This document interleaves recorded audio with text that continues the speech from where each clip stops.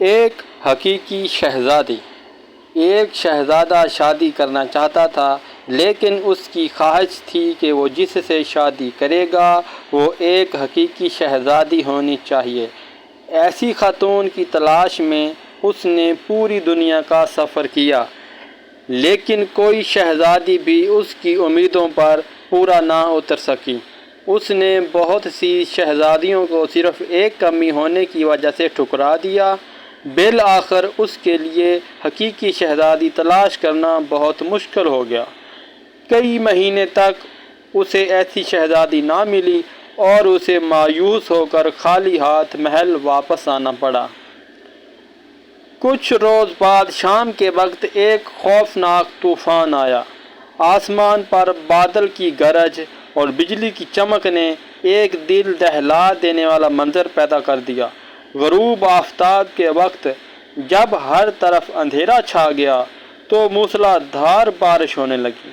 طوفان کی سنسنی خیز آوازوں کے ساتھ اچانک محل کے دروازے پر تشدد دستک سنائی دی۔ شہزادے کے باپ یعنی بوڑھے بادشاہ نے خود دروازہ کھولنے کا فیصلہ کیا۔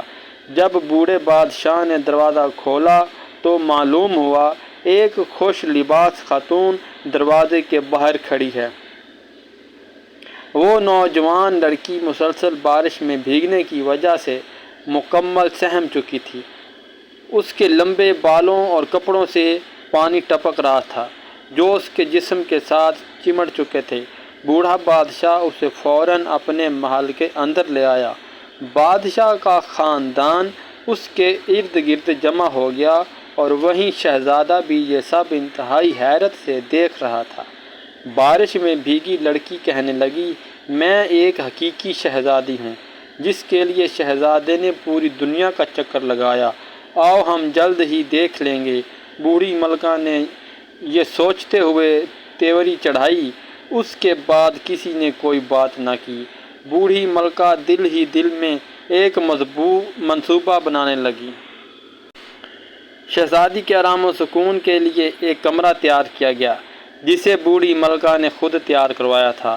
بوڑھی ملکہ نے پلنگ سے تمام بستر اور نرم چادریں اتار کر 3 چھوٹے چھوٹے مٹر کے دانے پلنگ پر رکھ دیے۔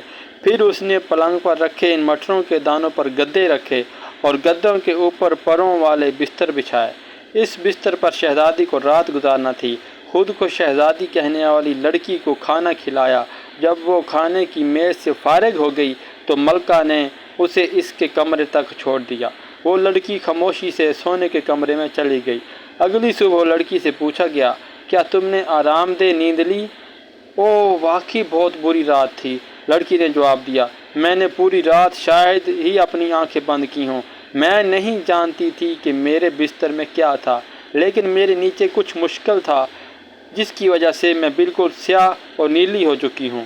اب یہ واضح تھا کہ وہ لڑکی ضرور ایک حقیقی شہزادی ہوگی، کیونکہ وہ گدوں اور پروں والے بستروں کے ہوتے ہوئے بھی اپنے بستر پر 3 چھوٹے مٹروں کو محسوس کر چکی تھی۔ بوڑھی ملکہ خوش ہوئی اور اس نے بتایا کہ ایک حقیقی شہزادی کے علاوہ کوئی بھی ایسا نازک احساس نہیں رکھ سکتا تھا۔ امتحان میں کامیاب ہونے کے بعد اسے شہزادے نے اپنی بیوی بنا لیا۔ اب اسے یقین ہو گیا کہ اسے ایک حقیقی شہزادی مل چکی ہے۔ وہ دونوں ہنسی خوشی رہنے لگے۔